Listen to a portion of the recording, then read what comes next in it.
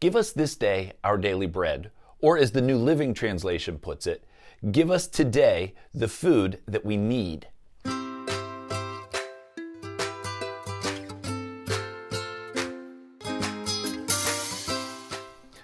When my children were young, my son said that he didn't feel good. He said that his stomach hurt. Because it was close to mealtime, my wife asked him if his stomach felt hungry. I'll never forget his answer. He said, "I don't know. What does hungry feel like?" Now, I'm sure that my son had at some point in his short life experienced hunger. As a matter of fact, I'm sure that all of us have experienced hunger. But the reality is that in our culture, many of us don't know what it's like to not know when we will get our next meal or where our next meal is coming from.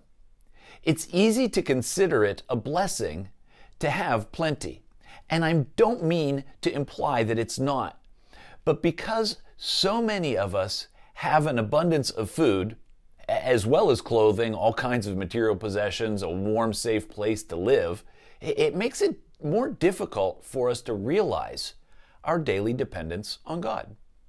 Moses knew that this would be a problem for the children of Israel once they entered the Promised Land also. He knew that they could see their dependence on God in the wilderness. After all, God fed them daily with manna. He also knew that when they came into a land of plenty, they could very easily forget how much they needed God. That's why he reminded them in Deuteronomy chapter 8 with these words. "But remember the Lord your God, for it is He who gives you the ability to produce wealth."